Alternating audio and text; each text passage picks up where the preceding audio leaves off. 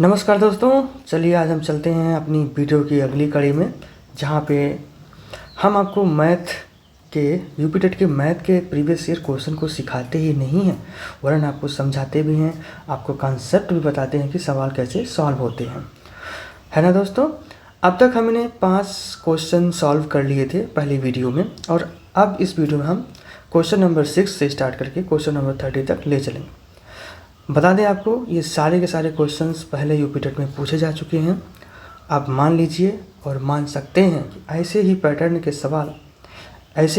सवाल आपको आने वाले एग्ज़ाम में आने वाले हैं, ठीक है। तो आप निश्चिंत होकर मेरे साथ जुड़े रहिए और मेरे साथ पढ़ते रहिए। मैं आपको कॉन्सेप्ट सिखाता रहूँगा, क्वेश्चंस कराता रहूँगा। आपका मैथ का फियर ख़त्म करने की गारंटी मेरी है दोस्तों। तो चलते हैं, देर ना करते हुए शुरू करते हैं। क्वेश्चन नंबर 6 कहा गया है कि संक्रिया 9 + 7 डिवीज़न, फिर उसके बाद 4 × 5 = क्वेश्चन मार्क दिया। इसको पूरा करके इसका आंसर बताना। तो यहाँ पे आपको कॉन्सेप्ट मैं सिखाता हूँ। कॉन्सेप्ट ये है बॉडमॉस का रूल, BODMOS।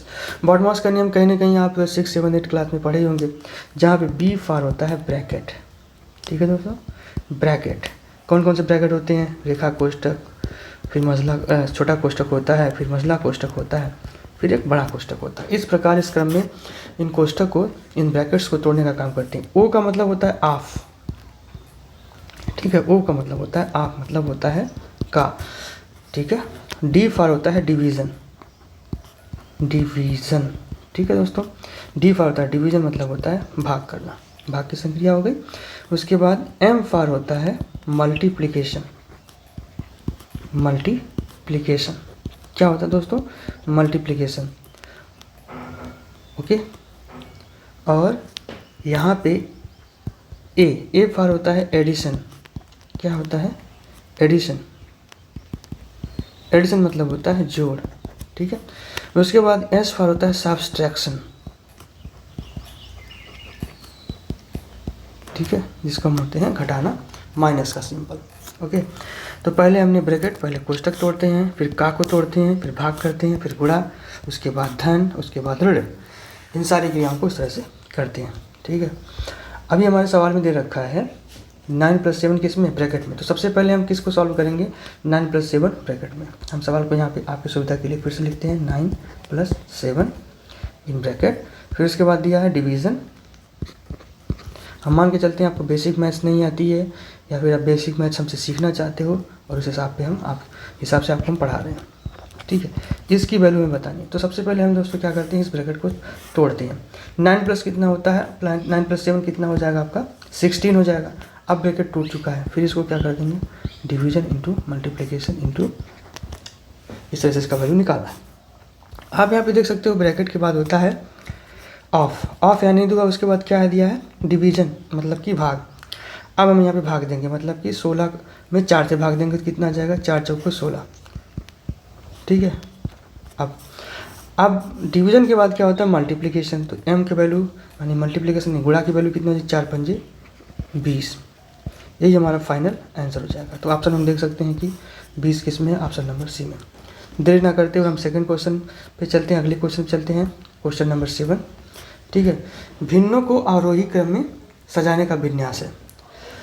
अब यहाँ पे आरोही और अवरोही का मतलब समझना है। आरोही मतलब होता है असेंडिंग ऑर्डर, ठीक है, मतलब कि बढ़ते क्रम में। अवरोही अगर दे रखा है तो अवरोही तो होता है घटते क्रम, मतलब कि डिसेंडिंग, उतरते क्रम में, DSCENDING, डिसेंडिंग ऑर्डर, ठीक है। घटते क्रम में जिसको बोलते हैं, घटते क्रम में, ठीक है मेरे बच्चों। अब यहाँ पे हम देख सकते हैं कि आरोही क्रम मिल दिया है। तो आरोही क्रम का मतलब होता है बढ़ते क्रम में, छोटे से बड़े में इसको सॉल्व करना। हम भिन्न को यहाँ पे लिख करके आपको बता देते हैं कि 3/8 दिया है, 5/6 दिया है, 2/3 दिया है और 5/9। सेम ऐसे ही सिंपल भिन्न आपको आने वाली है, डरने की कोई बात नहीं है कि किसी क्लासेस में आपको बहुत बड़ी बड़ी भिन्न करवाई जाएंगी। तो कभी भी आप इस बात से निश्चिंत रहिएगा। आप एक प्राइमरी के टीचर बनने जा रहे हैं, आपको बस जानकारी ली जाएगी आपको बेसिक मैथ्स आती है कि नहीं, बेसिक फ्रैक्शन, बेसिक भिन्न आती है कि नहीं। सबसे पहले यहाँ हम देखेंगे 6, 3, 9 इन सब का एलसीएम ले लेंगे। एलसीएम मतलब होता है लासा। लासा निकालना हम आपको आगे बताएंगे कि लासा होता क्या है। अगर आप बेसिक लासा निकालना जानते होंगे तो उस आधार पे हम आपको बता सकते हैं कि 3, 6, 9 का लासा कितना हो जाएगा। तो अगर हम यहाँ पे आपको चल निकाल के दिखाई देते हैं 3, 6, 9, हालांकि 18 होगा लेकिन यहाँ पे निकालेंगे लासा कितना हो जाएगा। 3 से काटेंगे, 3 दूनी 6, 3 एकम 3, 3 त्रिके 9। अब ये तीनों को मल्टीप्लिकेशन कर दी, 3 दूनी 6 त्रिक 18, मतलब कि 3 गुणे 2 गुणे 3 बराबर कितना हो जाएगा 18।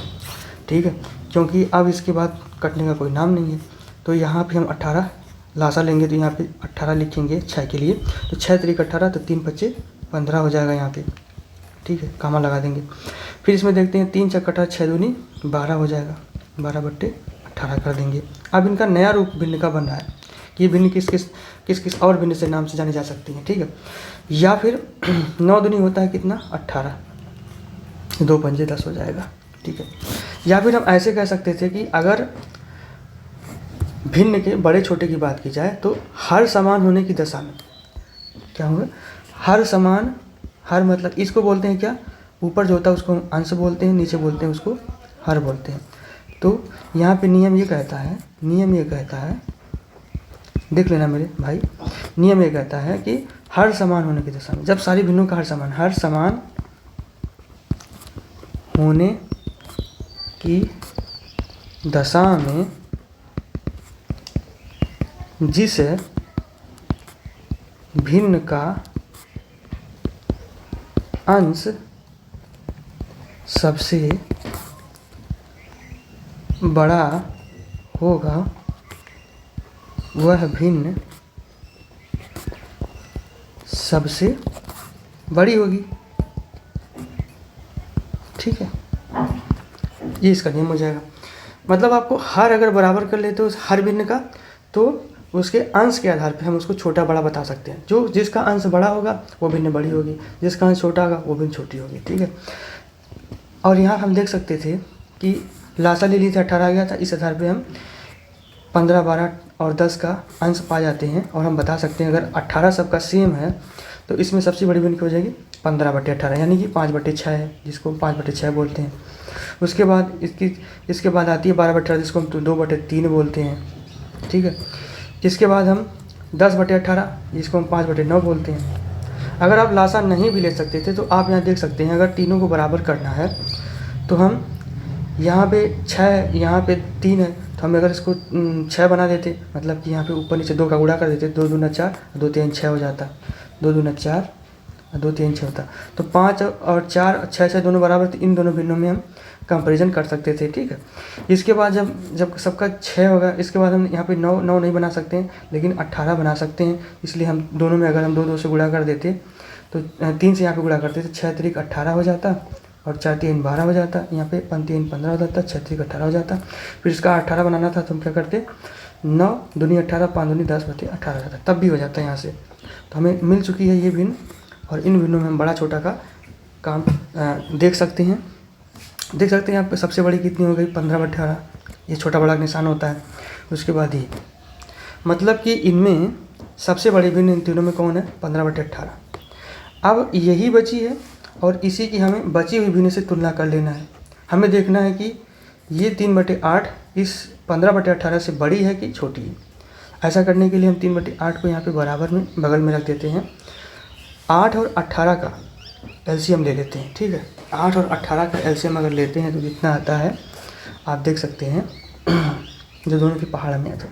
तो यहाँ पर हम आपको निकाल के दिखा सकते हैं 8 और 18। ठीक है, तो 2 चौके 8, 2 9 18, कितना अगर 9 चौको 36 9 72, 72 इनका एलसीएम हो जाता है। और इस तरह से हम देखते हैं अगर हम 72 इसका एलसीएम हो जाता है तो 8 9 72, 9 त्रिक 27 कामा इसका देखेंगे तो 8 18 चौक 72, 15 चौक को 60, यानी कि समझ में आता है कि ये भिन्न जो है 15/18 से क्या है छोटी है, क्योंकि इसका 27 है, इसका 60 है। ठीक है, यानी कि ये भिन्न इसके बाद आती। अगर अब हम इसका तुलना किससे करेंगे, 3/8 की तुलना फिर से करेंगे 12/18 और 3/8 से, तो हम देख सकते हैं कि यहाँ पे अभी हमने देखा था 72 आया था एलसीएम, तो 3 8 8 9 72 9 3 27 हो गया। और इसका देखेंगे 18 चौक 72 12 चौक 48 हो गया। ठीक है, मतलब अभी भी ये इससे छोटी है। अब हम इससे देख सकते हैं 3/8 को 10/18 से, तो यहाँ पे एलसीएम 72 था। ठीक है, 8 9 72 9 3 27 और 18 चौक 72 10 चौक 40, यानी कि ये भी इससे भी छोटी है। ठीक है, इसको तो हम सबसे लास्ट में रख सकते हैं, 3/8 को सबसे लास्ट में रखेंगे और इस तरह से 3/8 हमारा यहाँ आ जाता है। 3/8 को हम यहाँ पे क्या सकते हैं, कुछ भी लिख सकते हैं, लेकिन हमें यहाँ पे निकल गया है। तो असेंडिंग ऑर्डर में अगर हमें लिखना रहेगा तो हमारा निकल के आता है 3/8 सबसे छोटा, फिर उसके बाद 10/18 मतलब कि 5/9, इसकी संगत भिन्न यहाँ पे है। ठीक है, इससे बड़ा फिर कौन सा 12/18, इसकी संगत भिन्न कौन सी है, 2/3 है। ठीक है, इसके बाद 15/18, इसकी संगत भिन्न कितनी है, 5/6 की। ये हमारा क्या मिल जाएगा, इसका असेंडिंग ऑर्डर आरोही क्रम। अब ऑप्शन देख सकते हैं 3/8 सबसे पहले कहाँ है, 5/9 2/3 5/6, ये ऑप्शन नंबर किसमें है, सी में। आशा होगा बात मेरी है आपको समझ में आई होगी। थोड़ा सा समय लग गया आपको समझाने में, ठीक है, लेकिन आपको अच्छे से समझ आ गया होगा, ऐसा हम मान सकते हैं। ठीक है दोस्तों, चलते हैं अगले क्वेश्चन में। क्वेश्चन नंबर 8, मार्टिन के पास कुछ मार्बल है। मार्बल मतलब क्या होता है, अगर आपको नहीं पता है, मार्बल मतलब होता है कंचे। ठीक है, कलर चेंज करते हैं। मार्बल मतलब जो बच्चे गांव में गोलियां नहीं खेलते उसको मार्बल मतलब कंचे मान लो। ठीक है, मार्टिन के पास कुछ कंचे हैं, मतलब कुछ मार्बल हैं। उसने 14 खो दिए। मार्बल को उसने कितना खो दिया, 14 खो दिया। फिर भी उसके पास 6 रह गए। ठीक है, खोने के बाद उसके पास 6 रहे। आरंभ में उसके पास कितने मार्बल थे, मान लेते हैं उसके पास आरंभ में कितने मार्बल थे, x मार्बल थे। x में से उसने 14 खो दिए। अब उसके पास कितना बचा है, 6। यही तो देना था। x उसके पास मार्बल थे, उसमें 14 खो गए, बचे कितने, 6। तो यहाँ पे x की वैल्यू निकालना है, तो दूसरे पक्ष में जाएगा, तो यहाँ पे 14 हो जाएगा, तो x यहाँ प्लस हो जाएगा, 14 6 20, तो x की वैल्यू कितनी आ जाएगी, 20। आंसर कौन सा हो जाएगा, सी पार्ट। ठीक है, चलिए आगे चलते हैं, बहुत ही सिंपल सवाल था। नेक्स्ट क्वेश्चन में आएगा सरल कीजिए में अभी मैंने आपको बॉडमास का नियम बताया है। ठीक है, बॉडमास का नियम BODMAS, इसमें आ जाता है ब्रैकेट, जो कि इस तरह से क्रम से इनको भी तोड़ते हैं, ब्रैकेट में भी तोड़ना होता है तो छोटे से बड़े तक ऐसे जाते हैं। ऑफ हो गया था मतलब इसको का बोलते हैं, इसको हम भाग बोलते हैं, इसको हम मल्टीप्लिकेशन बोलते हैं, इसको हम जोड़ बोलते हैं, इसको घटाना बोलते हैं। तो सबसे पहले हम ब्रैकेट तोड़ेंगे। ब्रैकेट में हमें दिख रहा है 7/10 गुणे 1 सही 1/4। ये 1 सही 1/4 क्या है, एक मिश्र भिन्न है। कैसी है, इसको हम मिश्र भिन्न या संयुक्त भिन्न बोलते हैं। इसको बदलने के लिए क्या करते हैं, आप डायरेक्ट देख लीजिए दोस्तों, ऐसे ही आपके सवालों में आएगा, घबराना नहीं है। तो 4 एकम 4, फिर 4 को इसमें जोड़ देंगे। ठीक है, 4 एकम 4 जितना है उसको ऊपर जोड़ देंगे। 4 एकम 4 होता है, तो इसको लिखने का मतलब इस तरह से ऐसे होता है। ठीक है, तो 4 एकम 4 होता है, 4 में 1 जोड़ेंगे, 4 1 5 हो जाएगा, 5/4। तो यहाँ पे कितना लिखा हुआ है, 5/4 इस ब्रैकेट में। यहाँ पे 5/4 है, यहाँ 7/10 है। पहले ब्रैकेट को तोड़ रहे हैं। ठीक है, अब इसको अगर तोड़ते हैं तो कितना जाता है, आ जाता है कि 10 चौको 40 और 7 5 35, 10 चौको 40, जिसको हम 35/40 लिख सकते हैं। ठीक है दोस्तों, अब देखिए 35/40 आ गया, 10 चौको 40 7 5 35, तो 1/3 प्लस 7/9 भागे 35/40। ठीक है, 35/40 हो गया। अब इसका भाग तोड़ेंगे। भाग में जब इसको हम गुणा करते हैं तो चीज़ें उलट जाती हैं, इस बात को ध्यान रखें। गुणा करेंगे तो इसमें हो जाएगा 40/35 हो जाएगा। 7 से इसको काट सकते हैं इस गुणे में, 7 एकम 7 7 5 35, 5 एकम 5 5 8 40, तो 1/3 धन 8/9। हमारी कुछ बहनें ऐसी हैं कि जिनको ये चीज़ करनी नहीं आती है, इसलिए हम इतना स्लो बता रहे हैं। ठीक है, ताकि वो भी देखें और वो उस चीज़ को समझ पाएँ, है ना। अब हमें इधर 8/9 मिल गया, इधर 1/3 मिल गया। हमें क्या करना है, अगर दोनों भिन्नों का हर बराबर हो तो ऊपर अंश उनका जोड़ा जा सकता है, लेकिन यहाँ पे 9 है, यहाँ पे 3 है। अब 3 को 9 बनाने के लिए क्या करेंगे, सिंपल सा एलसीएम उलसीएम भी ले सकते हैं, लेकिन अगर हम यहाँ पे सीधे देखें तो यहाँ पे 3 है, 3 का ऊपर नीचे गुणा कर देंगे तो 3 एकम 3, 3 तरीके 9 प्लस 8/9 हो जाएगा। तो 8 3 हो जाएगा कितना, अब 8 3 हो जाएगा कितना, 11, 11/9 इसका आंसर हो जाएगा। अगर हम इसको मिश्र भिन्न में लिखना चाहें तो 11 को 9 से भाग देंगे, ठीक है। तो 9 एकम 9, 9 2 11, 2 हो गया। इसको लिखने के लिए सबसे पहले ये एक सही भाजक गुणे भागफल क्षेत्रफल होता है, इस हिसाब से एक सही 2/9 ये हो जाएगा। एक वाला यहाँ पे आप देख लीजिए, ऐसे लिखते हैं, आपको ज़्यादा दिमाग नहीं लगाने की ज़रूरत है। यूपी टेट का पेपर देने जा रहे हो, आपको डायरेक्ट बताएंगे कि ताकि आपका क्वेश्चन सॉल्व करना मकसद रहे, ज़्यादा से ज़्यादा आप सवाल सॉल्व कर पाओ बस, और सवाल सॉल्व करके आगे बढ़ जाओ, ठीक है दोस्तों। तो यहाँ पे एक जब ऐसे भाग करते हैं ना दोस्तों, तो यहाँ एक जो है यहाँ पे आ जाएगा और यहाँ पे 2 ऊपर चला जाएगा, अंश में हर में 2 और हर में कितना जाएगा 9, जिससे हम भागते रहे थे, ठीक है। तो 9 का 9 2 11 हो गया। तो ये वाला ऑप्शन हम देख सकते हैं किस में है, एक सही 2/9, ऑप्शन नंबर बी। चलिए आप वीडियो को फिर से रिपीट करके देख लीजिएगा, चलते हैं आगे देरी ना करते हुए वीडियो को। आप देख लीजिए, यहाँ पे दशमलव का मल्टीप्लिकेशन है, दिया है 2.6 × 0.91। कुछ नहीं करना दोस्तों, सीधे गुणा करना है। पहले सिंपल 26 × 91 करना है, और इसके बाद जितना अंक पे दशमलव है दाईं तरफ से उतना दशमलव लगा देंगे। तो आप सिंपली कुछ करिएगा मत मेरी बहनें मेरे भाई, 26 × 91 आपको सिंपली करना है। मैं तो उनको पढ़ा रहा हूँ जिनको बेसिक मैथ भी नहीं आती है, उनके लिए पढ़ा रहा हूँ, सिंपल करने के लिए, सरल करने के लिए। आप जल्दी जल्दी पेपर में जाइएगा, जो आपकी भाषा है, चाहे वो हिंदी हो गई, संस्कृत हो गई, पेडागॉजी हो गई, आप सबको फटाफट करिएगा। फिर मैथ के लिए समय बचा लीजिएगा, ताकि मेरे दोस्त आप मैथ में भी स्कोर कर पाओ, ठीक है। तो आप क्या करोगे, गुणा ऐसा करना आपको आता ही होगा। तो 1 छक्का 6 हो जाएगा, 1 दूना 2 हो जाएगा, फिर यहाँ पे करेंगे 9 छक 54, 5 हो जाएगा, फिर 5 हाथ ही आ जाएगा, 9 दूनी 18 5 23 हो जाएगा, ठीक है। ऐसे 1 छक्के 6, 1 दूना 2, 9 छक 54, 5 हो जाएगा हासिल, 9 दूनी 18 5 23 हो जाएगा, 6 हो जाएगा, यहाँ पे 4 2 6 हो जाएगा, और 3 हो जाएगा, और यहाँ पे 2 हो जाएगा। अभी मैंने बोला था कि दाईं तरफ से दशमलव लगाते हैं इधर से, तो यहाँ पे दाईं तरफ से दशमलव देख लीजिए कि लगाना पड़ेगा। 2 अंक पे यहाँ है, 1 2 और 1 अंक पे यहाँ, 3 अंक पे दशमलव आपको लगाना है, 1 2 3 यहाँ पे। तो 2.366 इसका हो जाएगा, क्या आंसर हो जाएगा। 2.366 किस में है, ऑप्शन नंबर 1 में, ठीक है। चलिए आगे बढ़ते हैं। हाँ बोला है कि √64 माइनस क्यूब रूट ऑफ 64 का मान ज्ञात करिए, का मान, ठीक है। इसका मान हमें निकालना। अब ये इसको बोलते हैं स्क्वायर रूट, इसको बोलते हैं वर्गमूल, इसको बोलते हैं घनमूल, ठीक है। वर्गमूल और घनमूल। वर्गमूल में हम गुणनखंड करके 2 2 का जोड़ा बनाते हैं, इसमें 3 3 का जोड़ा बनाते हैं। अब देखिए 64 को अगर हम वर्गमूल निकालना है, 64 को हम गुणनखंड करें। गुणनखंड कैसे करते हैं, 64 करेंगे, फिर सबसे छोटी छोटी संख्या से अभाज्य संख्या होनी चाहिए। अभाज्य संख्याएं वो होती हैं जो खुद के द्वारा और 1 से कटती हैं, बाकी किसी से नहीं कटती हैं। तो सबसे छोटी अभाज्य संख्या कौन सी होती है, आप याद कर लो, क्वेश्चन में कभी कभी आता है, सबसे छोटी अभाज्य संख्या 2 है, ठीक है।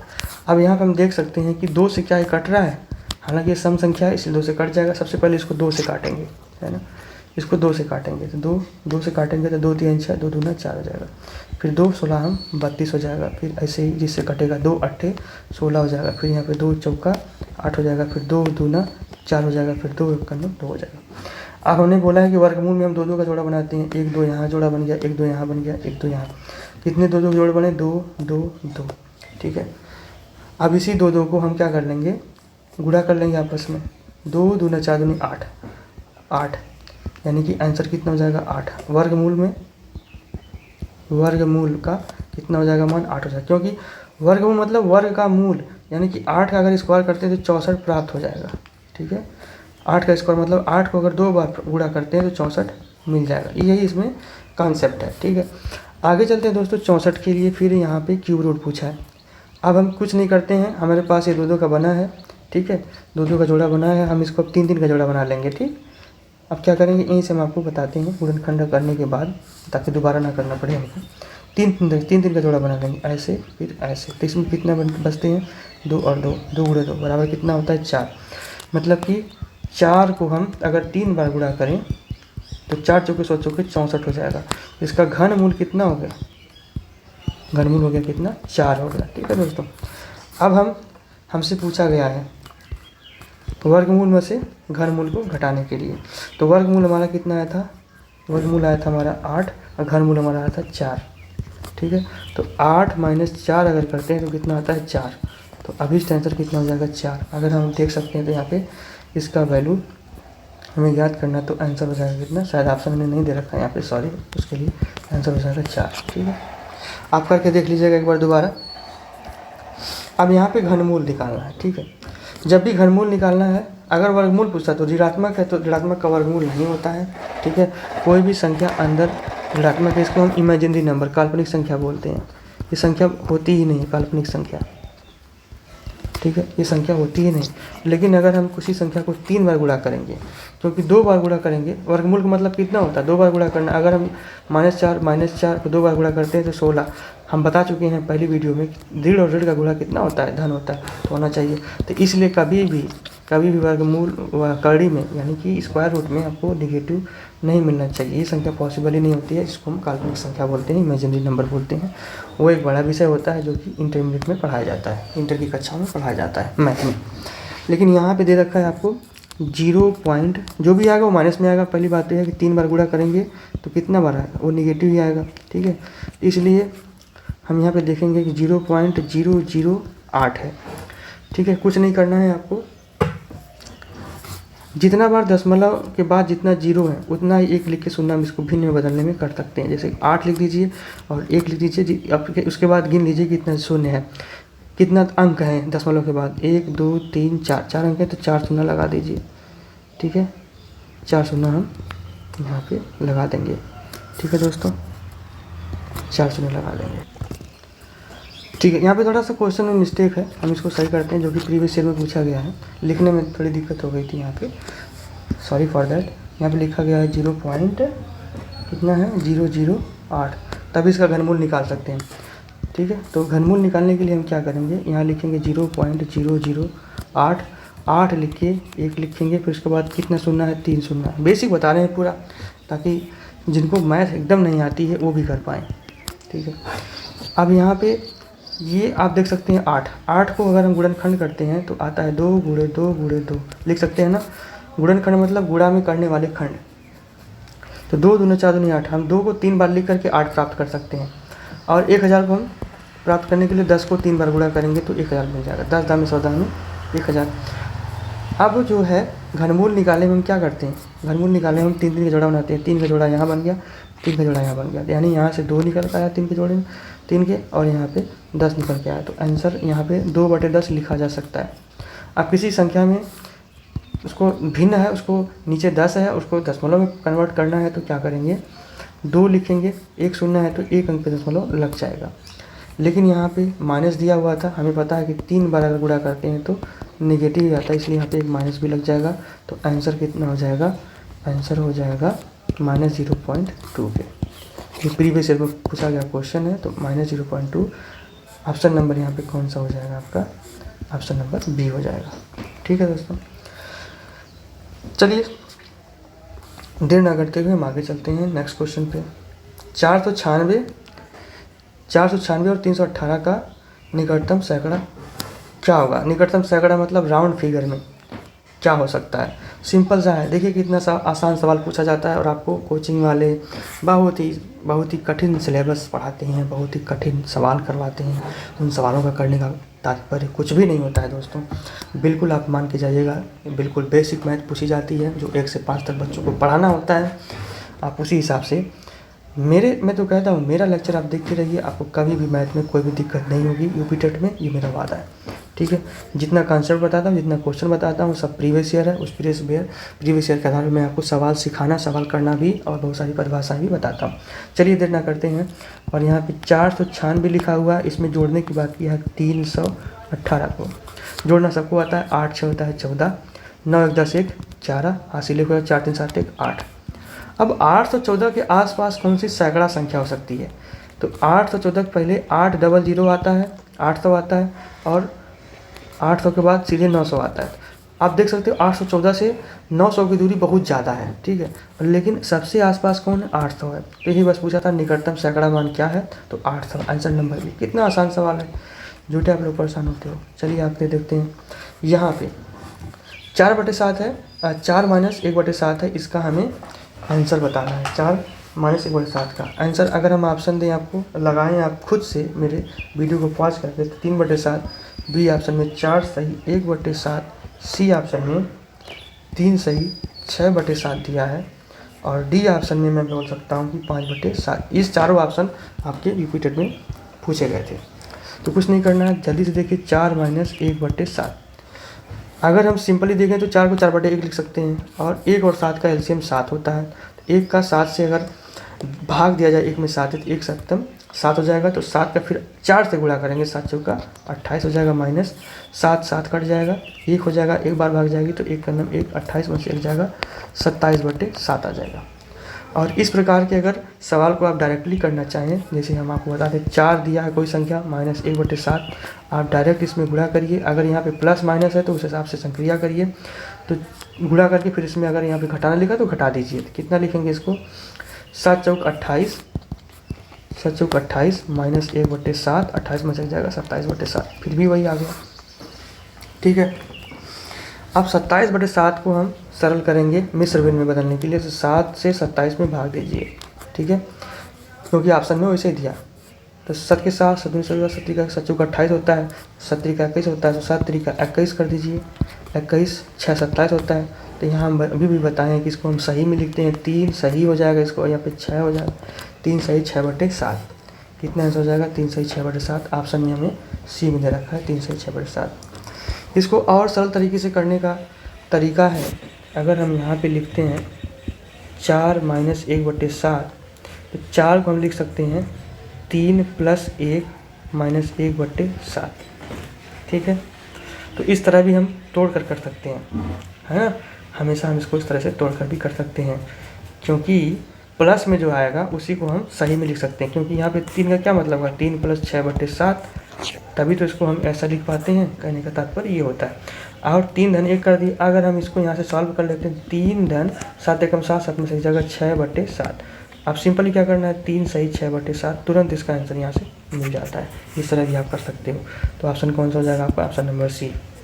वीडियो को देखने के बाद मेरी आपसे गुजारिश है, मेरी आपसे विनती है कि आप मुझे बता सकते हैं कि मैंने अपने पढ़ाने के तरीके में कौन सी कमी कर रखी है, और मैं क्या अच्छा इसको कर सकता हूँ, कितना सरल बना सकता हूँ। मुझे देखने वाली ऑडियंस कैसी है, मुझे देखने वाले लोग कैसे हैं, क्या वो बेसिक मैथ्स को नहीं जानते हैं या फिर बहुत ही एडवांस हैं, ठीक है। तो इस हिसाब से मैं इस चीज़ को पढ़ा रहा हूँ। हाँ, मैराथन लेके आऊँगा, मैं वहाँ पे बहुत ही फास्ट कराऊँगा चीज़ों को। वो हमारी क्लास अभी जब एग्ज़ाम आएगा निकट में तब होगी क्लास, ठीक है। तब तक आप मेरे साथ जुड़े रहिए, मैथ को पढ़िए और मैथ को सीखते रहिए, ठीक है दोस्तों। चलिए हम आगे सवाल पे चलते हैं, देर नहीं करते हुए। क्वेश्चन नंबर 15, क्योंकि हमें 30 सवाल करने हैं अभी। तो यहाँ पे दे रखा है 2 सही 1/4 धन 3/4। ये बहुत ही सिंपल सवाल है, क्योंकि इसका हर जो है बराबर है। जब हर बराबर होता है तो भिन्नों को आपस में जोड़ा जा सकता है। बस माजरा यहाँ पे है, यहाँ पे क्या है, 2 से 1/4 लिखा है, इसका मतलब लिखने को होता है 2 धन 1/4। अब हम सिंपल बोलें आपको, यहाँ से इसको गुणा करते हैं और इसमें जितना जोड़ना होता है अंश में उतना जोड़ देते हैं। 4 दूनी 8, तो 8 धन 1 कर देंगे /4, तो 8 धन 1 कितना हो जाएगा, 9/4 के। यानी कि 9/4 में आपको 3/4 जोड़ना है, कुछ नहीं, हर बराबर है तो 4 यहाँ लिख देते हैं। 9 3 कितना हो जाएगा, 9 + 3 = 12/4 होता है, ठीक है। अब 12/4 को हम फिर से ये डिवाइड कर सकते हैं, भाग देते हैं 4 से 12 में। तो अगर हम 4 से 12 में देते हैं, 4 एकम 4, 4 3 12, ठीक है, क्योंकि कोई भी शेषफल यहाँ पे नहीं आता। आप नहीं करना आता तो आप इस तरह से कर लीजिए, 4 एकम 4, 4 3 12। आंसर कुछ नहीं, यहाँ पे कुछ नहीं है, तो कितना हो जाएगा आंसर, 3 हो जाएगा, 3 बार जाएगा। तो ऑप्शन में आप देख सकते हैं किस ऑप्शन में 3 है, ऑप्शन नंबर डी में है। चलिए अगले सवाल पे चलते हैं, देरी ना करते हुए। हाँ, यहाँ पे कुछ कॉन्सेप्ट आपको अच्छा खासा मिला है, ठीक है। आप देखिए लिखा यहाँ पे है कि एक आयताकार टंकी की लंबाई दिया है कितना, 6 मीटर। उसके बाद उसकी चौड़ाई दिया है, उसके बाद उसकी गहराई दिया है। आधा भरा हुआ है, आधा भरा हुआ टंकी के जल का आयतन होगा। अगर आधा भरा हुआ तो मतलब पूरा आयतन, आधा भरा का पूछा है, आधा भरा इक्वल टू पूरा भरा का आधा, पूरा भरा बटे 2 कर देंगे, ठीक है। तो पूरा भरा मतलब पूरे का आयतन। जितना अभी कोई मतलब बोलूँ कि कोई बर्तन है, इस बर्तन में कोई चीज़ जितना भरेंगे पूरी भरेंगे तो उसका आयतन कहलाता है। जितना आयतन होगा उतना ही वो भरा जाएगा उसमें। अगर अब मान लीजिए एक बाल्टी आपके पास है, उसमें 20 लीटर पानी पूरा आ जाता है, तो हम कह सकते हैं कि उसकी बाल्टी का जो आयतन है लीटर में वो 20 लीटर है, ठीक है। जैसे कि आप तेल भराने जाते हो टंकी पर, पेट्रोल का तेल भराते हो, डीजल का भराते हो, तब बोलते हो कि हम इसमें 5 लीटर भर दीजिए, 4 लीटर भर दीजिए। वो उस टंकी के आयतन उसमें उतना उपस्थित, कम से कम उतना उपस्थित होता है। मान लीजिए कोई टंकी फुल कर देने पर 10 लीटर आती है, तो उस पूरी टंकी का आयतन कितना हो जाएगा? 10 लीटर हो जाएगा, ठीक है दोस्तों। चलिए इस चीज़ को समझते हैं। तो ये हमारा क्या है, लंबाई दिया हुआ है, चौड़ाई दिया हुआ है, गहराई दिया हुआ है। आपको याद रखना है एक चीज़ की, जो हमें यहाँ पे दिया गया है आयताकार टंकी है। तो आयताकार टंकी मतलब एक क्या होता है, आयताकार टंकी क्या होती है? आयताकार टंकी, हाँ इसमें मैंने इसलिए स्पेस रखा है तो आपको समझाने के लिए, ठीक है। आयताकार टंकी ये एक घनाभ कही जाती है, घनाभ। अब ये कैसा दिखता है थोड़ा इसको देखेंगे हम, घनाभ आपको कैसा दिखता है देख लीजिए दोस्तों। घनाभ इसको, ये एक आयत बन गया, ठीक है। एक इसको हम दूसरा आयत बनाते हैं यहाँ पे इसके बगल में, ठीक है। अब इसे हम इसको मिलाते हैं, इसे हम थोड़ा सा आप समझने की कोशिश करिएगा, मिल रहा है चाहे ना मिल रहा है, ओके। थोड़ा सा हम इसको और फाइन करते हैं अपनी तरफ से, यहाँ सॉरी,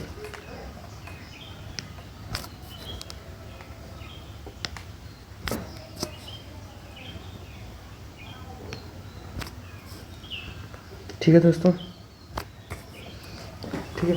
ये आयताकार टंकी हो गई। अब ये इसको मानते हैं इसकी क्या है, इसको मान लीजिए ये इसकी लंबाई है, ठीक है। ये इसकी हो जाएगी, पूरा बेसिक मैं पढ़ा रहा हूँ। ये हमारी क्या है, चौड़ाई है। ये इसकी क्या हो गई, ऊंचाई या फिर गहराई हो गई, सॉरी गहराई या फिर ऊंचाई है, ठीक है दोस्तों। अब यहाँ पे लंबाई दे रखा है कितना, आप देख सकते हो 6 मीटर, चौड़ाई 2.4 और 1, 6 और 2.4, एक ही राशि होनी चाहिए। ये मीटर में है तो ये भी मीटर में होनी चाहिए, और ये गहराई कितनी है, 1 मीटर, ठीक है। अब भरे का मतलब कितना भरा है, आयतन के बराबर, तो आयतन, घनाभ का आयतन आप सूत्र याद रखिए, फार्मूला याद करिए। सारे क्वेश्चन जितने भी आएंगे यूपीटेट में आपको फार्मूला बेस्ड ही मिलेंगे, आपको फार्मूला याद हो जाएगा। मतलब कि घनाभ का आयतन, इस फार्मूले को आप याद कर लीजिए, लंबाई गुणे चौड़ाई गुणे ऊंचाई या फिर गहराई, ठीक है। यहाँ पे लंबाई कितना दे रखा है, 6 मीटर, चौड़ाई दे रखा है 2.4 मीटर, ऊंचाई 1। अब इसको गुणा करेंगे, 6 चौके 24 हो जाएगा, हाथ में 2, हाथ से 2 हो गया, और 6 दूनी 12 2 14। अब जितना अंक पे दशमलव लगा देंगे, 14.4। अब जितना, अब इसका आयतन का क्या होता है, यूनिट कितना होती है, मात्रक क्या होगा इसका। अब हम तीन बार गुणा कर रहे हैं, ये भी मीटर में है, ये भी मीटर है, ये भी मीटर में है, तो मीटर गुणे मीटर गुणे मीटर, मतलब कि 3 बार गुणा, तो उसका कोई चीज़ 3 बार गुणा होती है उसका क्यूब हो जाता है, यानी कि मीटर क्यूब। आयतन का जो इकाई होता है वो मीटर क्यूब होता है, ठीक है दोस्तों। ऐसे अगर हम कोई चीज़ 2 बार गुणा करते हैं, जैसे कि क्षेत्रफल है, क्षेत्रफल में 2 राशियों में गुणा होगा, लंबाई गुणे चौड़ाई, और दोनों राशियों का सेम होना चाहिए मात्रक, ठीक है।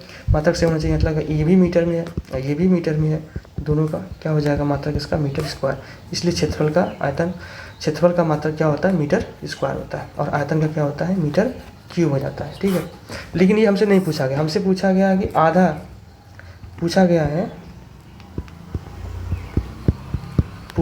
है आधा बड़ा कितना होगा। तो हमें पूरा निकाल लिए हैं 14.4 का, इसका आधा कर देंगे, काटेंगे कितना जाएगा, 2 7 14 और 2 दूना 4, 7.2 मीटर क्यूब। अब ऑप्शन में देख सकते हैं 7.2 मीटर क्यूब कहाँ है, सिंपल लास्ट ऑप्शन है ना। ठीक है, बिल्कुल सिंपल सवाल है, आपको घबराने की ज़रूरत नहीं है।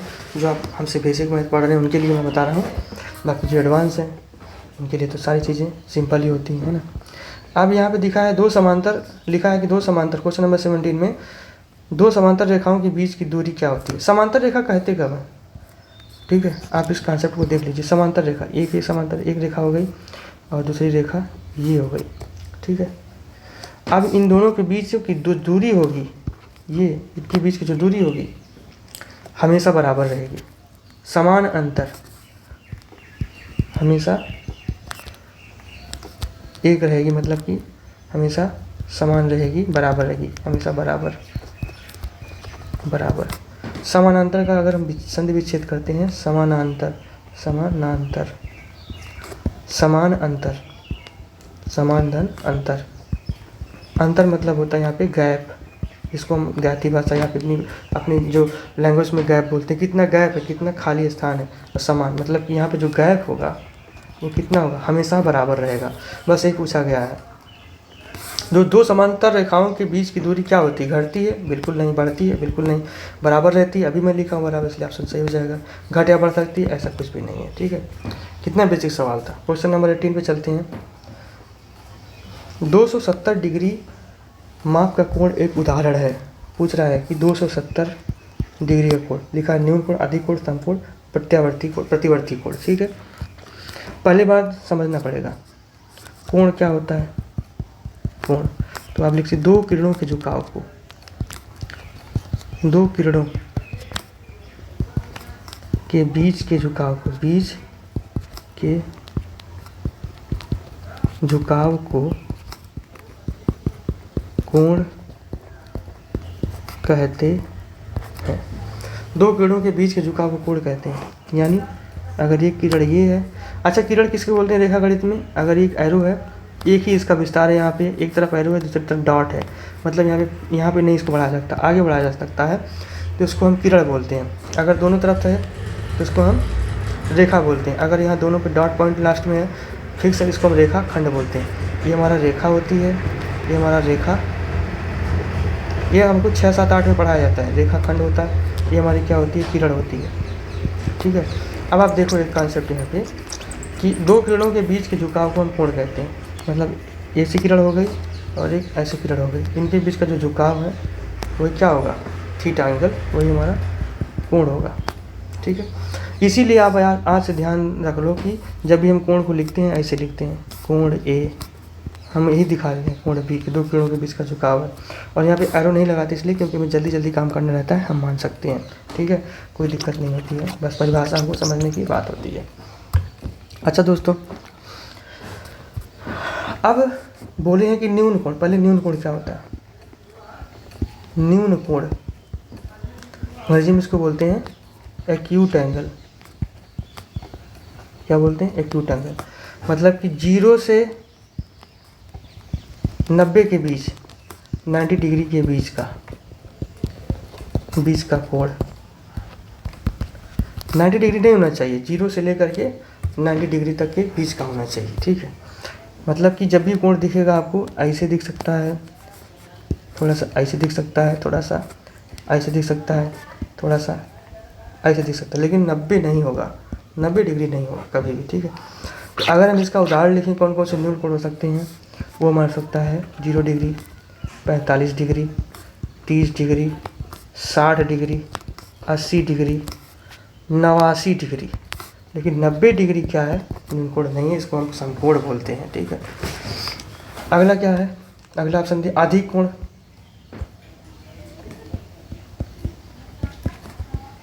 अधिक कोण, ठीक है, जिसको हम बोलते हैं ऑब्ट्यूस एंगल। क्या, ऑब्ट्यूस एंगल। अब ऑब्ट्यूस एंगल क्या होता है, 90 डिग्री से ले करके 90 डिग्री और एक ले करके नहीं, 180 डिग्री के बीच, ना तो 90 होगा ना तो 180 होगा, ठीक है। इन दोनों के बीच का जो कोण होगा उसको हम अधिक कोण बोलेंगे। मतलब कि 91 डिग्री से ले करके 179 डिग्री तक जितने भी कोण सकते हैं उसको हम अधिक कोण बोलेंगे। जैसे कि हमारा कितना हो गया, 100 डिग्री हो गया, 105 हो गया, 135 हो गया, 145 हो गया, 169 हो गया, 171 हो गया, 178 हो गया। 100 डिग्री, 105 डिग्री, 135 डिग्री, 145 डिग्री, 169, 71, 78, 178 तक। ठीक है, इनको हम क्या बोलते हैं? ऑब्टूस एंगल, अधिक कोण बोलते हैं। फिर पूछा गया हमारा दोस्तों यहाँ पे समकोण क्या होता है। ठीक है, समकोण क्या होता है, इसको हम थोड़ा सा मिटा के स्पेस करते हैं, फिर बताते हैं। ठीक है, समकोण क्या होता है, आशा करते हैं आपको चीज़ें समझ में आ रही होंगी। समकोण क्या होता है? न्यून कोण, अधिक कोण बता दिए, समकोण। ठीक है, अब यहाँ पे हम बात करेंगे समकोण की। समकोण तो सिंपल सा है, 90 डिग्री के कोण को ही समकोण कहते हैं। 90 डिग्री कोण को ही समकोण कहते हैं। समकोण को रिप्रेजेंटेशन देख ही लीजिए कैसा होता है।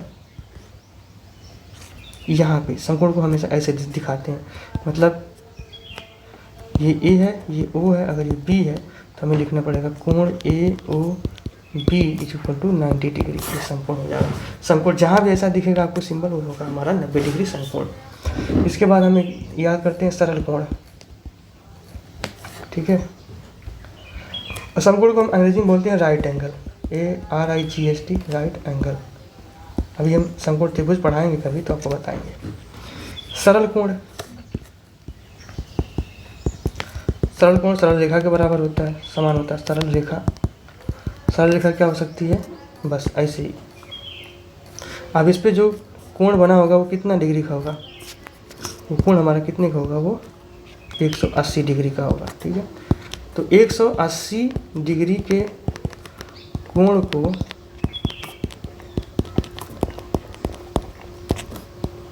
सरल कोण या ऋजु कोण कहते हैं।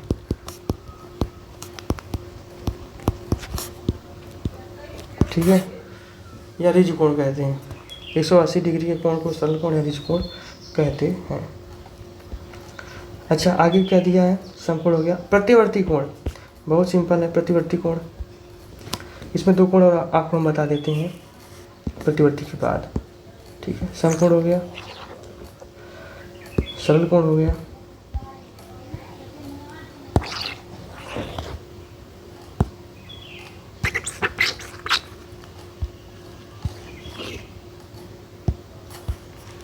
ठीक है।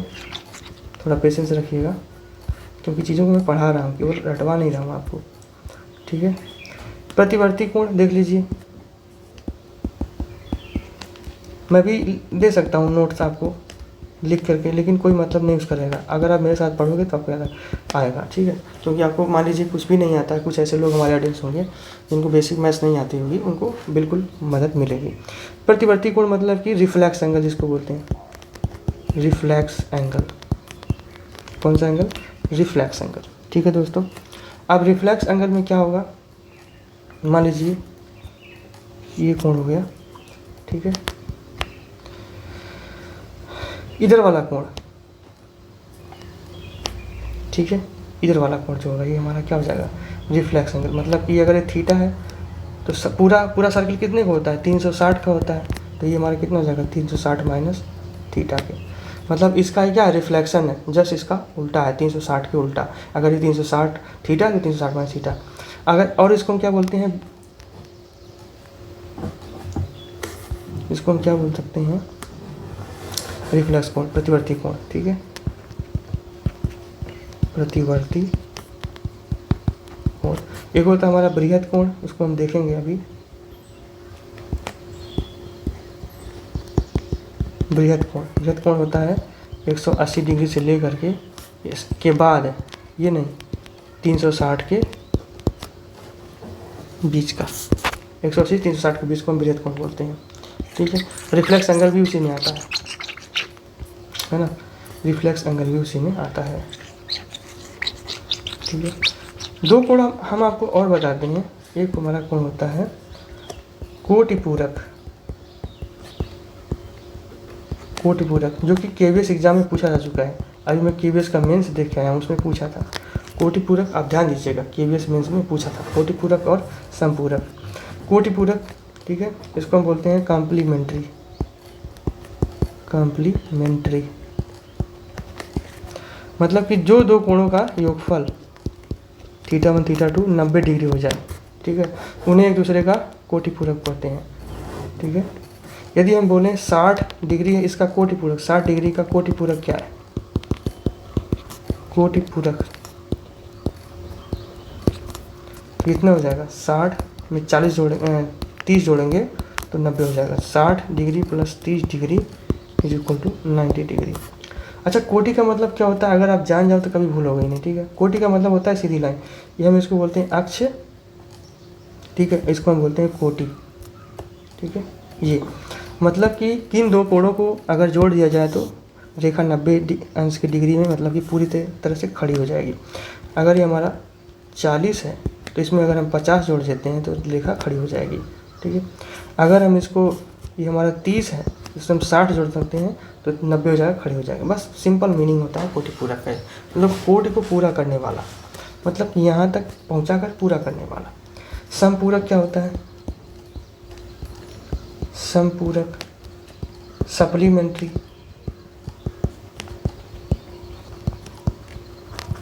सप्लीमेंट्री क्या होता है?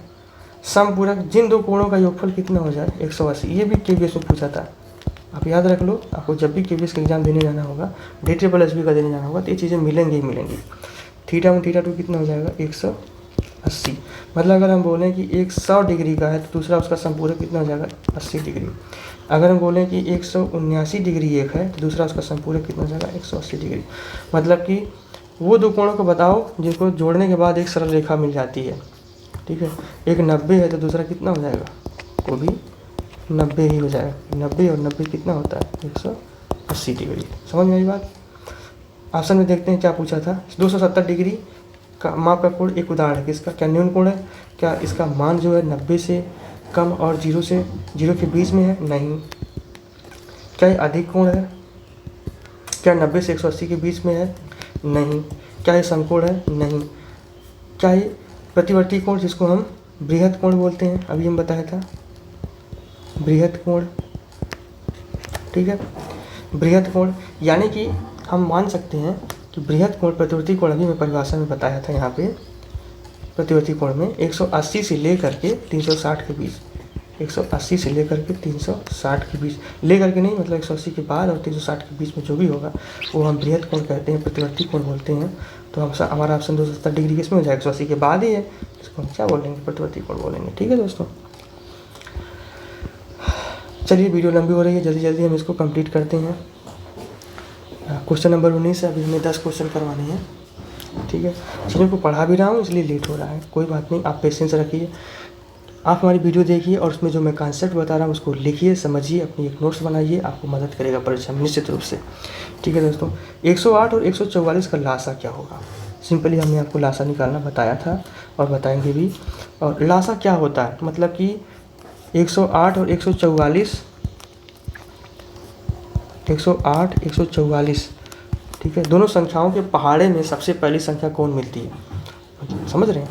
दोनों के पहाड़े में 108 का पहाड़ा पड़ी, 144 का पहाड़ा पड़ी, जो संख्या इनके पहाड़े में सबसे पहले पड़ जाएगी सेम टू सेम दोनों में, वो हमारी क्या हो जाएगी? लासा हो जाएगी, ठीक है, जिसको हम LCM भी बोलते हैं, लीस्ट कॉमन मल्टीपल। छोटा उभयनिष्ठ गुणा ज, गुणा करने के बाद ज उत्पन्न होने वाला, गुणा ज माने उत्पन्न होने वाला, ठीक है।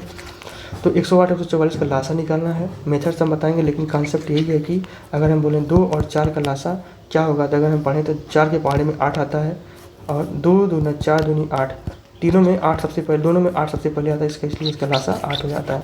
यही हमारी लासा की परिभाषा होती है। और हम बता दें एग्जाम में आप कैसे निकालोगे लासा, तो आप सिंपली 108 144 गुणनखंड मेथड से आप निकालेंगे। अब आप देखिए दोनों संख्याएं किस कॉमन संख्या से कट सकती हैं। डिविजिबिलिटी आप याद कर लीजिएगा, अगर दोनों के लास्ट में सम संख्या है तो 2 से कट जाएंगी।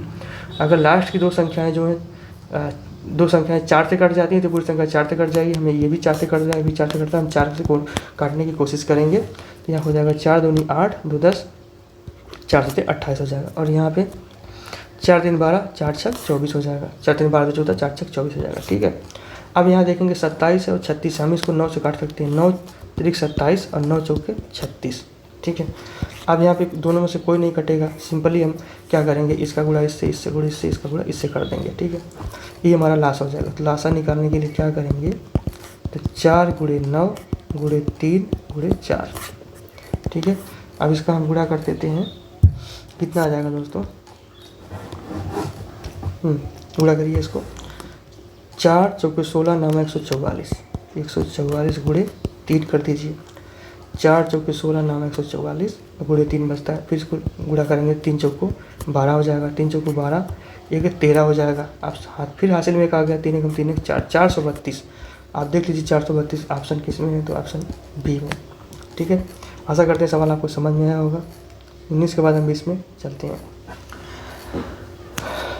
क्वेश्चन नंबर 20 में पूछा गया है कि एक त्रिभुज की भुजाओं की माप 5 12 तथा 13 सेंटीमीटर है। त्रिभुज 3 भुजाओं से घिरी हुई आकृति को हम क्या बोलते हैं, त्रिभुज बोलते हैं। क्या बोलते हैं, त्रिभुज बोलते हैं।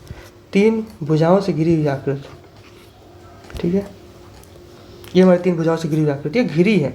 इसकी पूरी परिभाषा क्या होती है, 3 भुजाओं से बंद आकृति या घिरी हुई आकृति को हम क्या बोलते हैं, त्रिभुज बोलते हैं।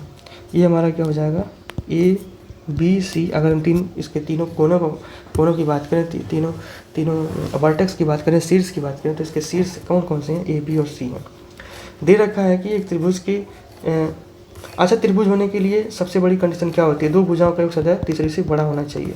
ठीक है, A plus B is greater than C होना चाहिए, या फिर A plus C is greater than B होना चाहिए, या फिर B plus C is greater than A होना चाहिए, तब ये त्रिभुज बनेगा। सबसे पहले चेक करते हैं ये कौन सा, ये हो रहा है कि नहीं। अगर हम 5 देखें, 12 दिया है, सबका सेमी है ना, सबका सेंटीमीटर में ही है, हमेशा आपको ऐसे ही देकर आएगा। हालांकि आपको याद रखना है कि समान राशियां ही जोड़ी घटाई जा सकती हैं, समान मात्रा के जोड़े और घटाए जा सकते हैं। ठीक है दोस्तों, तो 5 12 और 13, अगर हम 12 5 करें 17 और 17 13 से बड़ा है, इसका मतलब ये त्रिभुज बनाते हैं। बिल्कुल सही। ठीक है, अब ऑप्शन के हिसाब से हम कुछ परिभाषाएं देख लेते हैं, कुछ मैथ के कॉन्सेप्ट को सीख लेते हैं। ठीक है दोस्तों, ऑप्शन के हिसाब से, ताकि आप सवाल को जब भी पूछे आप कर पाओ। समबाहु त्रिभुज क्या होते हैं, समबाहु, पहला ऑप्शन दिया है समबाहु। ठीक है, ये हो गया।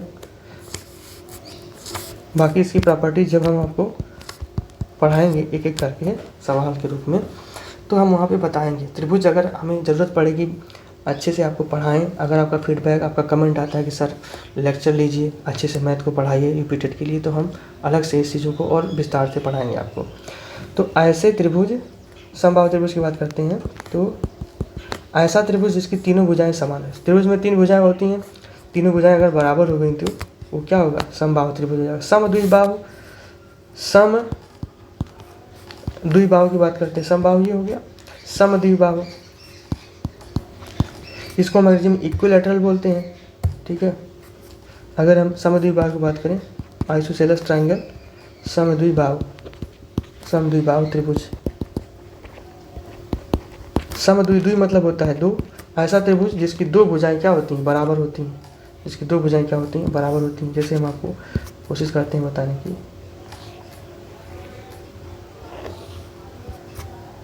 शायद समबाहु ही बन गया होगा। 1 मिनट, फिर से कोशिश करते हैं अपने से। मान लीजिए ये छोटी भुजा हो गई और ये सॉरी आड़ी तिरछी हो जा रही है, आप उसको बस समझ लीजिएगा भावनाओं को मेरे, मैं आपको बताना क्या चाह रहा हूँ। ठीक है, इसको हम यहाँ से मिला देते हैं, कोई बात नहीं। तो ये और वो, ये भुजा दोनों क्या हो गई, बराबर हो गई। ये भुजा छोटी है, तो जब त्रिभुज की 2 भुजाएं आपस में बराबर होती हैं कोई, तो उसको हम समद्विबाहु त्रिभुज बोलते हैं। ठीक है, अधिक कोण, और कोण पे भी ऐसे त्रिभुज होते हैं, सम कोण, अधिक कोण, न्यून कोण त्रिभुज। जिसके तीनों कोण न्यून होते हैं उसको न्यून कोण बोलते हैं, जिसका एक कोण 90 अंश का होता है उसको हम सम कोण बोलते हैं।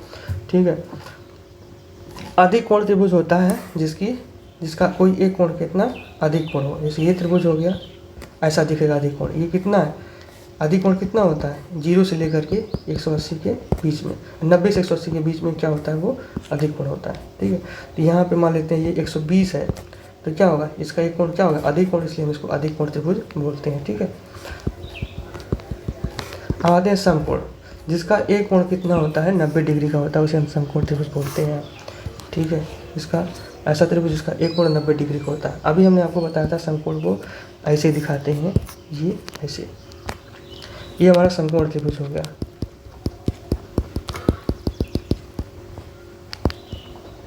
अगर इस समकोण त्रिभुज में कोई एंगल को हम थीटा मानते हैं, तो थीटा के सामने की भुजा को इसको हम बोलते हैं लंब। थीटा से जो थीटा के सापेक्ष ही नाम दिया जाता है, थीटा से जो लगी हुई भुजा होती है उसको हम आधार बोलते हैं, और जो सबसे बड़ी भुजा होती है उसको हम कर्ण बोलते हैं। ठीक है, और अब देखें यहाँ पे समकोण त्रिभुज में पाइथागोरस प्रमेय लगता है। पाइथागोरस प्रमेय याद रख लीजिए, पाइथागोरस का नियम याद रख लीजिए। होता है क्या, लंब का स्क्वायर धन आधार का स्क्वायर इज इक्वल टू कर्ण का स्क्वायर। चलिए चेक करते हैं, जो सवाल में डेटा दिया हुआ है, वैल्यू दिया हुआ है 5, 12 और 13 दिया है। ठीक है, 5, 12 और 13 दे रखा है। अब सबसे बड़ी भुजा को मान लेते हैं वो कर्ण है, यहाँ पे 13 का स्क्वायर कर देंगे। अब दो छोटी भुजाएं आपस में क्या है, लंब और आधार है। मान लीजिए लंब को हम 5 मानते हैं, 5 के स्क्वायर धन आधार को हम 12 मान लेते हैं। हम जोड़ते हैं इनको स्क्वायर करके, 5 बचेगा, 5 बचे 25 होता है, 5 का 2 बार गुणा करते हैं, स्क्वायर मतलब 25 हो गया, धन 12 बार हम 144 होता है, 12 वर्ग कितना होता है 144, आप याद कर लीजिएगा।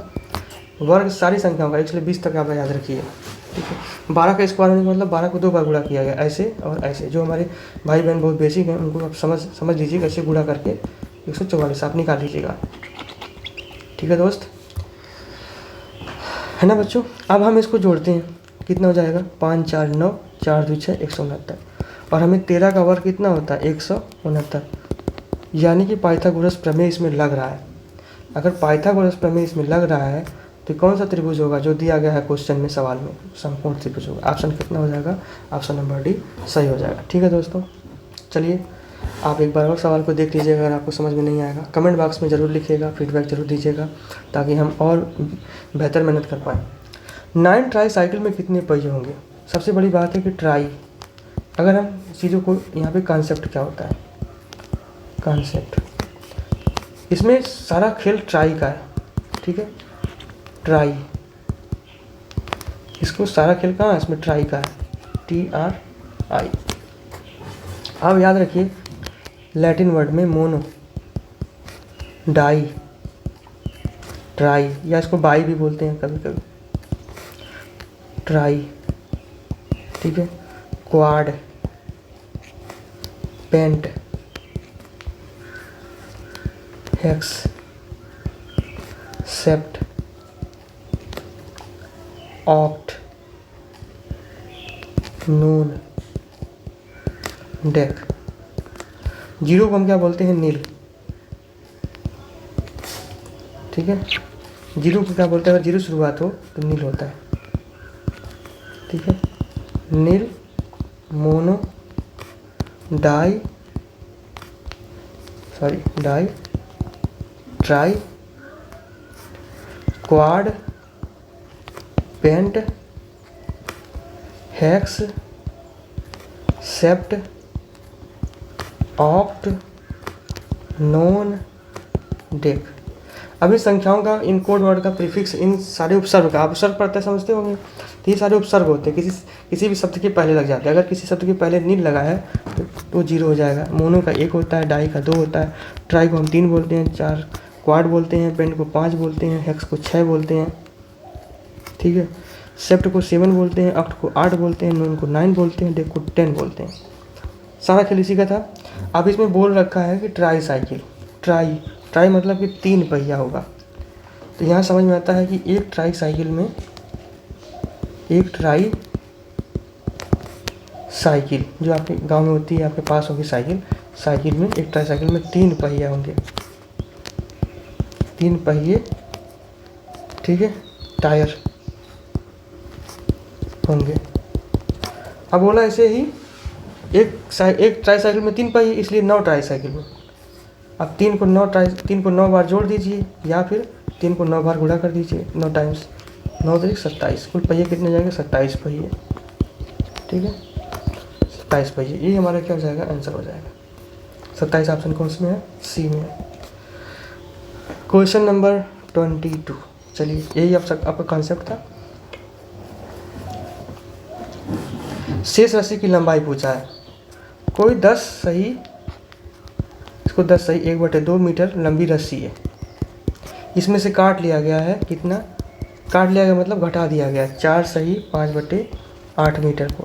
समान राशि हमेशा आप समान राशि को ही जोड़ा घटाया जाएगा। अगर सेंटीमीटर में होता है तो उसको मीटर बदलना पड़ता, या मीटर होता है तो उसको सेंटीमीटर में बदलना पड़ता, ठीक है। अब देखिए 10 सही 1/2 मीटर लंबी रस्सी थी, 4 सही 5/8 मीटर उसमें काटा गया, तो बची रस्सी बताना है, तो मतलब शेष बताना है कितना बचा है, इतना घटा देंगे। जोड़ने का तरीका आपको हमने अभी ऊपर बताया कि यहाँ से 10 का गुणा करेंगे 2 में, 10 दूना 20, उसमें प्लस कर देंगे 1, 10 दूना 20 21/2 हो जाएगा, 21/2 हो गया माइनस। फिर यहाँ पे करेंगे 8 का 4 से गुणा, इसमें धन कर देंगे, 8 चौको 32, 5 37/8 हो जाएगा।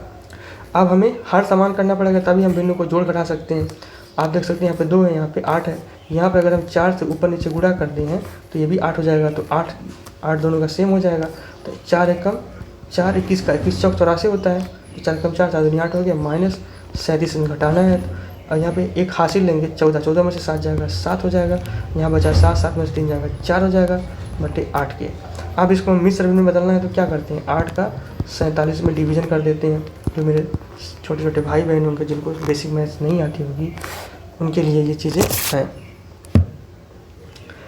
तो 8 चौको 32, 8 पंजे 40, 8 छक 48, अगर हम 5 में भाग करते हैं तो 8 पंजे 40 हो जाता है 7, ठीक है। तो 5 सही 7/8 हो जाएगा, ठीक है।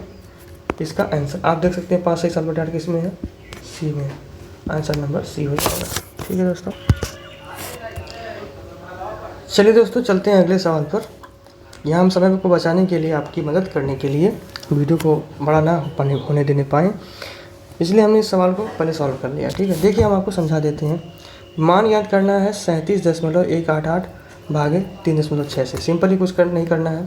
37.188 3.6 हो जाएगा। फिर इसको क्या करेंगे, जितना दशमलव के बाद जितनी संख्या है उसको अगर हम भिन्न में बदलते हैं तो 37/188 शून्य लिखेंगे और 1000 कर देंगे गुणे। फिर यहाँ पे 1/36, 36 के नीचे 10 कर देंगे क्योंकि 1 अंक पे है दाहिने से, तो 10 हो जाएगा। फिर इसके बाद 37/188 हो जाएगा, फिर 1000 यहाँ नीचे और 10 ऊपर हो जाएगा, ठीक है। अब यहाँ पे हम देखते हैं, यहाँ शून्य कट जाएगा, यहाँ पे हमारा इस तरह से आता है। और हमें अब क्या करना है, इसमें से भाग देनी है, 36 से भाग देना है 37/188 में। भाग देंगे तो हमारा कितना जाता है, देखिए 37 का एक बार करेंगे 36, फिर 118 बचता है। फिर 1 उतारते हैं तो एक बार तो भाग जाएगा नहीं, इसलिए शून्य बढ़ा करके 1 अंक और उतार लेते हैं, ठीक है। इसके बाद 8 तो 118 हो गया। फिर उसके बाद हम 3 बार भाग देते हैं, 108 आता है, फिर कट जाता है। फिर यहाँ पे 108 आता है, फिर 3 बार भाग देंगे, 108 कट जाएगा, 3 छक 18, 3 3 का 9 10, ठीक। यहाँ से जब ये भागफल हमारा आ गया तो 10 33 को ऊपर रखते हैं, और जितना नीचे शून्य है उतना ही दशमलव के दाएं स्थान से उतने अंक पर दशमलव लगा देते हैं। तो 1033 हो गया, दाएं अंक से 2 अंक पर दशमलव, ये 10.33 हो गया, ठीक है। ऑप्शन कौन सा हो जाएगा, सी सही हो जाएगा। आइए चलते हैं आगे। बोला है कि 999 तथा 3000 के बीच के बीच 4 अंकों वाली कितनी संख्याएं संभव हैं। तो अब आप देख सकते हैं कि 999 है, इसके बाद आता है हमारा 999 के बाद 1000 आता है। 1000 में भी 4 अंक हैं। फिर हम देखते हैं 2000 में भी 4 अंक हैं, ठीक है। इसके बाद हम देखते हैं जो फाइनल दिया है इसमें भी 3000 है, इसी तक तो जाना है, इसमें भी 4 अंक है, ठीक है। 1000 से 2000 तक सीधे 1000 अंक हो जाते हैं, और 2000 से 3000 तक फिर 1000 अंक हो जाते हैं। कुल मिला के 1000 प्लस 1000 कुल कितने हो जाएंगे अंक, 2000 अंक हो जाएंगे। ऑप्शन बी हो जाएगा। बहुत ही सिंपल था, इजी था। अगले सवाल पे चलते हैं। बिना कोई शेषफल के निम्न में से कौन सी संख्या 9361 से विभाजित हो जाती है, ठीक है। पूर्णतः विभाजन का मतलब ही होता है कि कोई भी शेषफल नहीं आना चाहिए। 11 से विभाजता के नियम आप देख सकते हैं, यहाँ पे 11 से विभाजता का नियम ये होता है कि 9 3 6 1, तो इवन जो सम स्थान पे और विषम स्थान पे संख्याएं हैं उनका डिफरेंस कितना 11 से विभाजित होना चाहिए। तो अगर हम 11 से चेक करते हैं तो 3 एक होता है 4 और 9 6 होता है 15। 15 और 4 का डिफरेंस अगर लेंगे तो कितना हो जाएगा 11 4 15 और 11 खुद 11 से विभाज्य है, इसलिए 11 से कट जाएगा। क्वेश्चन नंबर 6 पे आते हैं। एक सही 1/2 में कितने आधे हैं? कितने आधे हैं? आधे का मतलब कितना होता है 1/2। तो 1 प्लस 1/2 कर दीजिए। 1 का मतलब होता है 1/2 और 1/2 और 1/2 बचता है, मतलब कितने हो गए 3 आधे हो गए। आंसर हो जाएगा 3। या फिर अगर इसको और देखना है ड्रिल में कितने आधे हैं तो आधा से विभाग कर दीजिए। एक सही 1/2 कितना ले सकते हैं हम बताए हैं कि इससे गुणा करिए, इसको जोड़िए। 2 कम 2 3/2 कितना आधा है तो आधा से भाग कर देंगे, 2 से 2 कैंसिल हो जाएगा, 3/1 मतलब कि 3 आंसर हो जाएगा। चलिए क्वेश्चन नंबर 27 की ओर चलते हैं। सरल करने के लिए फिर वही लिखा था BODMAS बॉडमास। क्या इसमें कोई ब्रैकेट है? नहीं। क्या इसमें कोई ऑफ है? नहीं। डिवीजन है? नहीं है डिवीजन, तो डिवीजन नहीं। डिवीजन के बाद क्या है मल्टीप्लिकेशन है? हाँ, पहले मल्टीप्लिकेशन करेंगे, फिर जोड़ करेंगे, फिर घटाना करेंगे। चलिए देखते हैं। 44 माइनस 6 प्लस 43 गुणे 2 माइनस 87 कितना? यहाँ पे गुणा है, पहले गुणा को फरिया लेते हैं, यहाँ पे कंप्लीट कर लेते हैं। 2 3 होता है 6, 2 चौक होता है 8। यहाँ पे इस तरह से बनता है। अब दोस्तों ध्यान देने वाली बात यह है कि जोड़ घटाना क्या है, दूसरे के जस्ट अपोजिट है। आप घटाना करिए, जोड़ करिए, कोई दिक्कत कोई फ़र्क पड़ने वाला नहीं है। बस सुविधा अनुसार ये होता है कि प्लस करते हैं तो उसके बाद माइनस करने में आसानी होती है। तो यहाँ से आप देख सकते हैं 44 माइनस 6 है, तो 44 माइनस 6 में से घटाएंगे तो कितना हो जाएगा 38। ठीक है, यहाँ प्लस 44 बड़ा है 6 छोटा है, तो 38 6 44 होता हो जाएगा। फिर यहाँ पे 87 को 86 में से घटाएंगे, 86 में 87 घटाएंगे तो कितना हो जाएगा -1 हो जाएगा, क्योंकि 87 86 से बड़ा है तो बड़े वाले का चिन्ह यहाँ लग जाएगा। और 38 में से 1 घटाएंगे तो कितना हो जाएगा 37। ऑप्शन में 37 जहाँ भी होगा वो ऑप्शन सही हो जाएगा। अगले क्वेश्चन की तरफ चलते हैं। Question number 28। 8.2 सेंटीमीटर लंबी प्रत्येक भुजा वाले वर्ग की परिसीमा क्या है? परिसीमा मतलब क्या होती है? परि प्लस सीमा। ठीक है, परिसीमा मतलब कि चारों तरफ की सीमा की लंबाई, चारों तरफ की सीमा या फिर बाउंड्री, बाउंड्री BOUNDARY, बाउंड्री की लंबाई। ठीक है, अब जैसे कि हम बोलें कि ये कोई चीज़ है, इसकी परिसीमा क्या है, तो तीनों भुजाओं चारों भुजाओं को अपना जोड़ दीजिए। ये अगर 1 है, ये 2 है, 3 है, 4 है, तो 4 से 7 2 9 1 10 हो जाएगा। ठीक है, ऐसे ही अब यहाँ पे दे रखा है वर्ग है ना, वर्ग क्या होता है? वर्ग की चारों ऐसा चतुर्भुज जिसकी चारों भुजाएं बराबर होती हैं और चारों कोण समकोण होते हैं, उसे हम वर्ग कहते हैं। या सिंपली चतुर्भुज पूछा है तो मतलब ये होता है कि यहाँ पे अगर हम एक वर्ग बनाएं, ठीक है, इस तरह से वर्ग बन गया। ठीक है दोस्तों, अब ये इसकी चारों भुजाएं क्या होंगी? बराबर होंगी। क्या होंगी? चारों भुजाएं इसकी बराबर होंगी। अब देखिए, अब ये अगर ए है, ये ए है, ये ए है, अगर चारों भुजाओं को जोड़ेंगे तो कितना हो जाएगा? ए प्लस ए प्लस ए। ये तो चारों भुजाओं का योग ही तो परिसीमा होती है, जिसको हम परिमाप भी बोलते हैं। जिसको हम क्या बोलते हैं? परिमाप भी बोलते हैं। चारों तरफ की माप होती है। सर्किल में परिमाप क्या हो जाएगा? उसकी परिधि हो जाएगी। ठीक, अच्छा यहाँ पे देखते हैं वृत्त में, जैसे बढ़ाया था आपको पहले ना कि वृत्त के परिधि की लंबाई उसकी क्या है? परिमाप है, परिधि 2πr हमने आपको बता चुका है। ऐसे इसमें देखते हैं तो अगर ए को 4 बार जोड़ेंगे तो 4 ए हो जाएगा। भुजा दे रखा है 8.2, मतलब कि भुजा गुणे 4। वर्ग का परिमाप या परिसीमा या इसका परिमाप, वर्ग का परिमाप या परिसीमा भुजा गुणे 4 होता है। ठीक है, भुजा इसकी कितनी हो जाएगी? 8.2। ठीक है, भुजा गुणे 4, भुजा 8.2, तो 8.2 को 4 से गुणा करेंगे, 4 दूनी 8, 4 8 32 मीटर। अगर मीटर दिया तो मीटर, सेंटीमीटर दिया तो सेंटीमीटर। सेंटीमीटर दिया है इसलिए सेंटीमीटर हो जाएगा। यहाँ पे एक अंक पे दशमलव था तो एक दशमलव पे एक अंक पे एक स्थान पे जो हमने लगा दिया दाएं से। ठीक है, ऑप्शन हो जाएगा कितना? 32.8, ऑप्शन सी। क्वेश्चन नंबर 29 की तरफ चलते हैं। दिया गया है एक टीन के बर्तन में 20 लीटर पेट्रोल है, रिसाव के कारण 3 लीटर पेट्रोल की हानि हो गई, टीन के बर्तन में कितना प्रतिशत पेट्रोल बचा है, कितना प्रतिशत पेट्रोल बचा है। ठीक है, क्वेश्चन नंबर 1 इसमें आपको परसेंटेज की बात किया गया। तो सबसे पहले यहाँ पे कॉन्सेप्ट सीखेंगे कि परसेंटेज क्या होता है। 100 में कोई भी चीज़ होती है, 100 में से कोई भी चीज़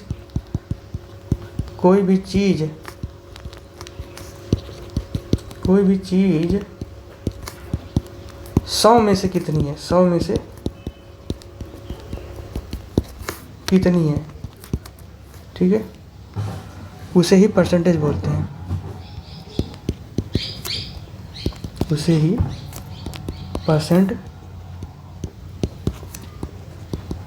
कहते हैं। कोई भी वस्तु 100 में से कितनी है उसे हम क्या बोलते हैं, परसेंट बोलते हैं। ठीक है, अगर माने कि 100 में से कोई चीज़ 50 है तो हो जाएगा 50%। ठीक,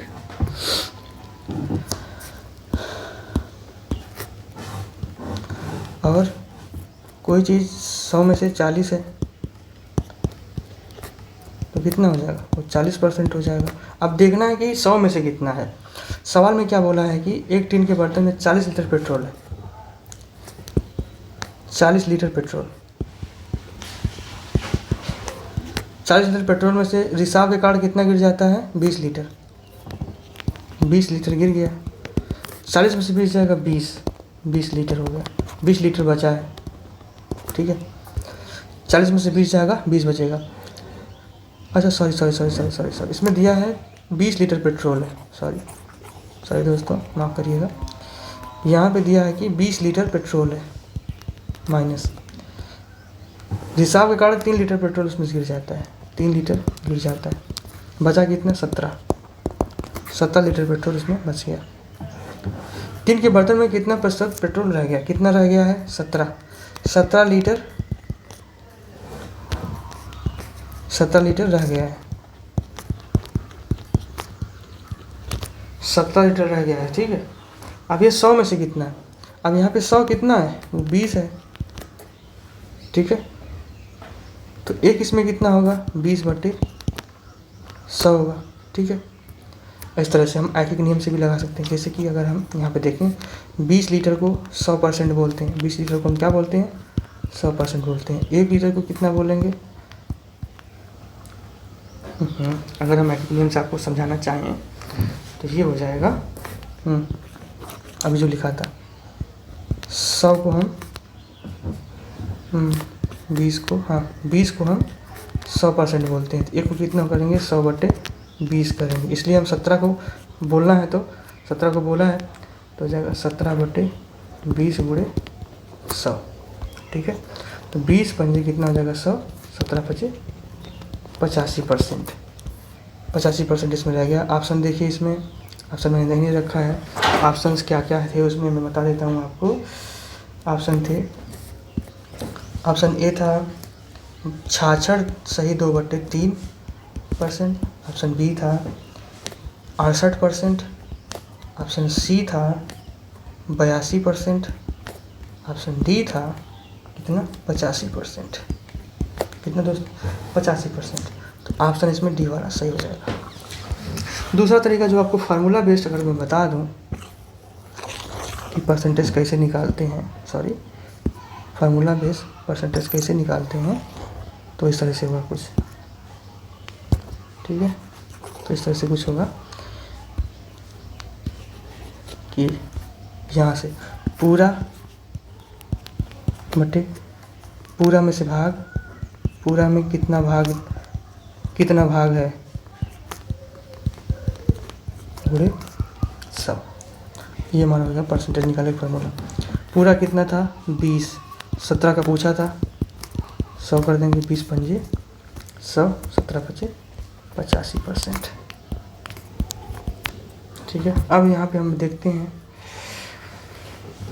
एक और चीज़ कि जैसे हम अपने एग्ज़ाम देते हैं उसमें पूर्णांक प्राप्तांक होता है ना, तो हमारा पूर्णांक नीचे लिखते हैं और प्राप्तांक ऊपर लिखते हैं और 100 से गुणा कर देते हैं, ये हमारा क्या हो जाता है, परसेंटेज हो जाता है। ठीक है बच्चों, बिल्कुल बेसिक है, आप एकदम नोट कर लीजिए, आपको आ जाएगा। मान लीजिए आपका जो एग्ज़ाम हुआ था 20 नंबर का हुआ था, उसमें आपने 17 नंबर पाए थे, ठीक है। 20 नंबर का एग्ज़ाम था, उसमें 17 नंबर पाए, 100 से गुणा कर देंगे तो 20 पंजी 100 हो जाएगा, 17 पच्चीस 85%, ऐसे भी आ जाएगा। ठीक है दोस्तों, चलते हैं अगले सवाल की ओर। लास्ट सवाल है, आज हम 30 सवालों की श्रृंखला को पूरी कर लेंगे आज।